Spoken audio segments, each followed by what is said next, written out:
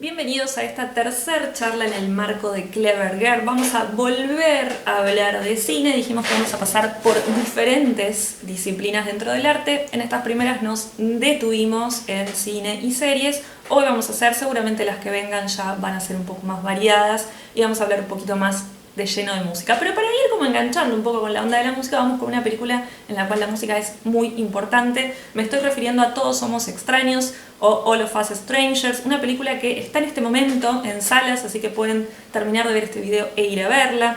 Es una película británica, está descrita como de fantasía romántica, ya vamos a ver por qué. Es de 2023 y está escrita y dirigida por Andrew Hyde. La realidad es que yo no le sigo mucho la carrera a Andrew Hyde, de hecho tuve que averiguar bien qué hizo antes y no es alguien quien yo tenía en el foco. A partir de acá probablemente eso cambie y voy a mirar un poco más qué va a ser. Está basada, o más bien dicho, está transpuesta, vamos a acuñar ese término. ¿Por qué? Porque es imposible adaptar. Siempre hablamos de adaptación o de basada. Es difícil porque es muy complejo adaptar una obra literaria a una obra cinematográfica cuando los elementos, el lenguaje es absolutamente distinto, así que prefiero decir transponer. A una obra de 1987 de Taichi Yamada que se llama Strangers, o vaya a saber cómo se llama en japonés en realidad, pero bueno, en principio vamos a decirle así, Strangers. Es japonesa la obra literaria y esta podemos decir que es la segunda transposición que se hizo de esa novela, porque la primera fue hecha por nada más y nada menos que Obayashi, el gran director japonés que nos dio el clásico del año 77, Hausu, por ejemplo. Así que ya tenemos una idea de cómo trabaja este director y cómo trabaja con los elementos del surrealismo, sobre todo. Así que ahí ya tenemos una pauta. Vi también la película y es muy interesante, pero no tiene absolutamente nada que ver con esta película, así que hasta podemos hablar de All of Us Strangers como un reboot, quizás. Bien, la película va a estar protagonizada por Andrew Scott en el papel de Adam. Andrew Scott es el sacerdote, no sé si recuerdan, de Fleabag, en el cual nuestra protagonista se enamora de él y le dice "It will pass", esto pasará, olvídate, conmigo no vas a estar, y nos rompe el corazón a todos. Y el otro protagonista, quien va a ser su pareja, va a ser Paul Mescal, nominado al Oscar por su papel hermoso de padre depresivo en After Sun, que otra película que te desarma absolutamente y que les recomiendo. Van a actuar también Jamie Bell, el protagonista de Billy Elliot, y va a estar Claire Fox de The Crown, que no nos vamos a meter con The Crown porque ya es un mundo aparte y la gente se ofende si decimos algo malo de The Crown.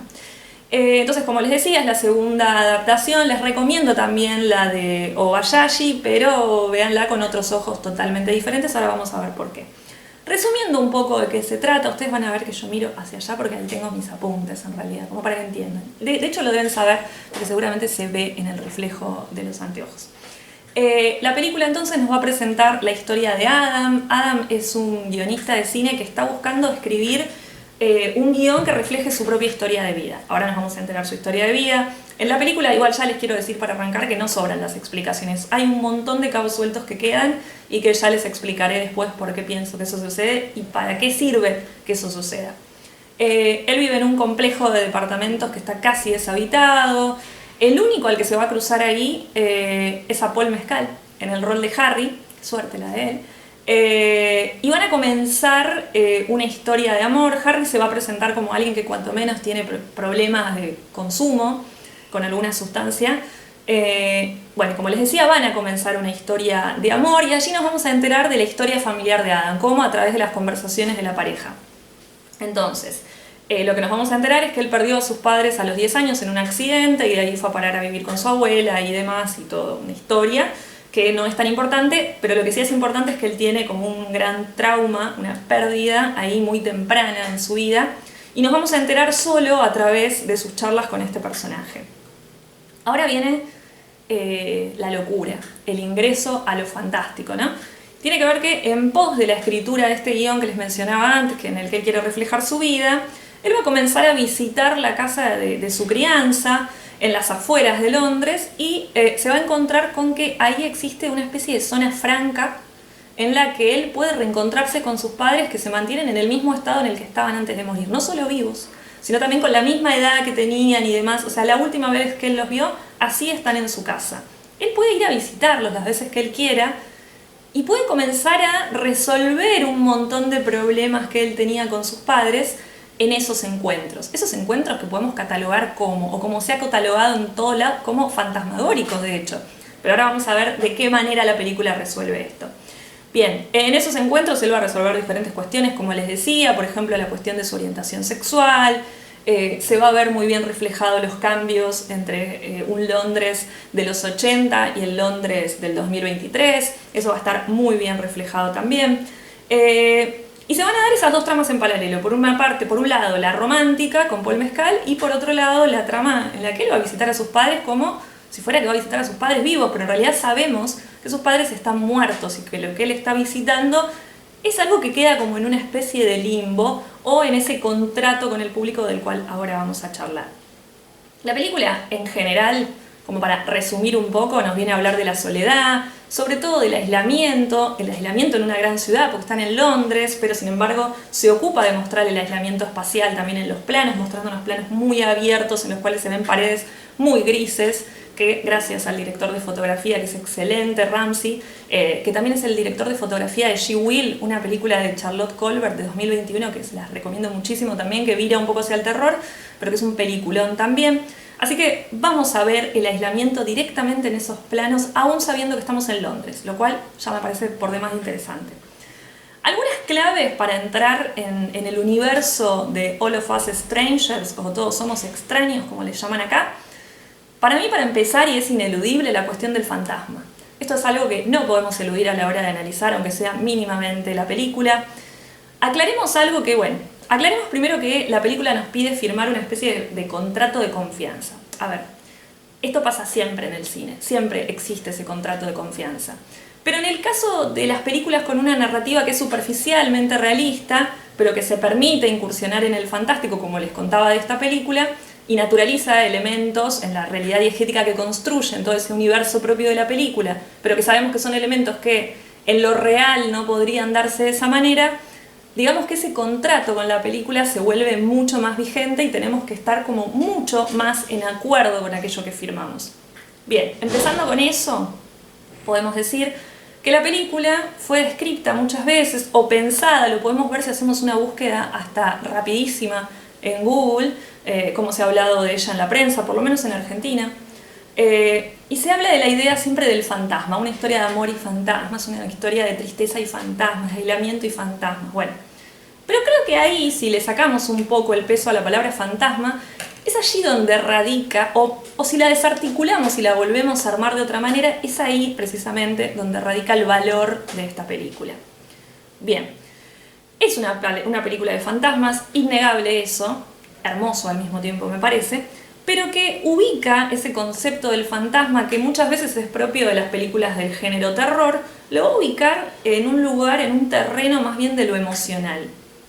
Lo hace con mucha comodidad y muy orgánicamente, por eso digo que ese contrato que nos hace firmar funciona perfecto, aceitadísimo. Entonces, si en la película van a ver de Obiyashi, los que puedan verla, o miren el tráiler que está en YouTube para verlo, si en la película de Obiyashi, la primera, los fantasmas son mucho más notoriamente fantasmales, en el tráiler ya se ve eso, los fantasmas levitan, los fantasmas se desdibujan, en este caso absolutamente lo contrario, los fantasmas evolucionan, entienden cuestiones, entienden a su hijo, abrazan a su hijo, están como mucho más vinculados con la realidad, aprenden, tienen profundidad y de ningún modo son transparentes ni traslúcidos, son absolutamente nítidos, son un personaje más, están dentro de la realidad de Adam que podemos entender como trastocada o podemos entenderla realmente como algo fantástico y por eso ahí la idea de la historia de fantasmas. Bien. Esto es lo esencial, me parece, a la hora de ubicarnos frente a la película y se trata además, si queremos como ensayar algún tipo de explicación, se trata además como de fantasmas psicomágicos, ¿no? Si pensamos un poco en Jodorowsky también, porque es a través de estos fantasmas y del vínculo con estos fantasmas que Adam va a realizar como una especie de proceso casi terapéutico de sanación de su historia. Obviamente estamos de acuerdo en que no es un proceso común ¿no? Uno no se vincula con fantasmas para superar algo, pero no vamos a negarle a él que es un tipo de proceso. Cada uno hace lo que quiere como puede. Entonces nos vamos a encontrar con una especie, como decía, de realismo fantástico, validado, blanqueado desde el primer momento, que va a hacer al mismo tiempo que no sintamos ningún tipo de extrañeza frente a esos fantasmas. Quizás el primer encuentro en el que vemos que él se encuentra con sus padres nos resulta extraño, nos emocionamos de más y demás, pero después eso va a mermar totalmente y nos va a parecer lo más común del mundo.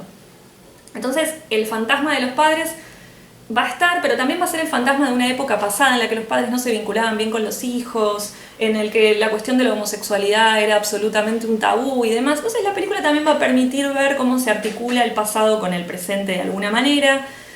Las actuaciones son supremas, no quiero ahondar mucho en esto porque ya sabemos que estamos hablando de dos actores de un calibre muy alto, con un nivel muy bueno. Son excelentes, las escenas queer y todo lo que tiene que ver con lo sexual no se utilizan de ninguna manera como una especie de mostrar por demás ni nada por el estilo, no quieren levantar ninguna bandera con esto. Está todo llevado a cabo de una forma tan orgánica que la película resulta excelente en todas sus decisiones narrativas y eso es algo que se celebra mucho. La música de la película va a resultar muy importante, si bien en todas las películas sucede que la música viene a completar la imagen, porque es eso, estamos hablando de audiovisual, no de lo visual solamente. En este caso va a ser aún más, algunas partes de las letras de las canciones que él escuchaba con su familia, canciones ancladas en los 80 y demás, van a venir como a decirnos cosas sobre ese vínculo con sus padres, ese vínculo con su propia psiquis y demás. Así que bastante interesante. Yo admito también, y tengo que decirlo, que pasé por un momento de enojo un poco absoluto con la película, porque parece como una especie de arma diseñada para dañar, como para que lloremos, y estaba en lo correcto en realidad, porque la película a mí me hizo llorar absolutamente todo el tiempo, pero lo que sí les aclaro a los que empiecen a verle ya digan esto es terrible, la voy a pasar mal, es que todo ese recorrido dramático está absolutamente bien justificado, pero sí, es una película bastante lacrimógena. Como les decía antes, otra vez un punto importantísimo, la fotografía de la película es una belleza. Y para cerrar un poco, para que este video no sea larguísimo, porque nuestra idea es hacerlos cada vez más cortos, podemos decir así muy a viva voz, creo que todos podríamos verlos, que en Todos Somos Extraños nos vamos a encontrar como en la encrucijada entre la memoria y el olvido, en qué pasa en ese limbo en el medio, cuáles son los fantasmas que habitan ese limbo. Entonces los fantasmas ya no acechan en la sombra, sino que están ahí a plena luz del día y eso es lo que resulta interesante en la película. La película termina, prometo que no voy a decir ningún spoiler porque la película termina con un final que da una vuelta de tuerca absoluta y que además se anima en toda esa locura que plantea a plantear algo aún más loco en el final, ¿no? Algo que no esperamos, redobla, nos pone en jaque de nuevo. Pero la película termina con una especie de acto de liberación de Adam, del protagonista, y él acepta entonces que el amor y el dolor son dos caras de la misma moneda, inseparables, y se da cuenta de lo definitorio que es para la experiencia humana. Otra vez vuelvo a repetir lo que dije al principio, la película no cierra todos los caos, pero de algún modo es como que nos invita a aceptar que algunas preguntas son más poderosas cuando quedan sin respuestas. Y nos invita a eso, ¿no? Como a parar un poco con la exigencia de que todo termine cerradito ahí. Y bueno, es una película que los invitamos a que vayan a verla porque es excelente y me imagino que en cine debe ser bárbara. Yo no la pude ir a ver al cine, no me aguanté y la vi primero. No les voy a decir cómo porque no es legal, pero la terminé viendo en mi casa. Pero bien, hasta acá llegó este humilde análisis que en realidad es más bien una arenga para que vayan a verla del modo que quieran, ¿sí? Legal o ilegalmente. Así que bueno, muchas gracias y nos vemos la próxima con más Clever Girl. Adiós.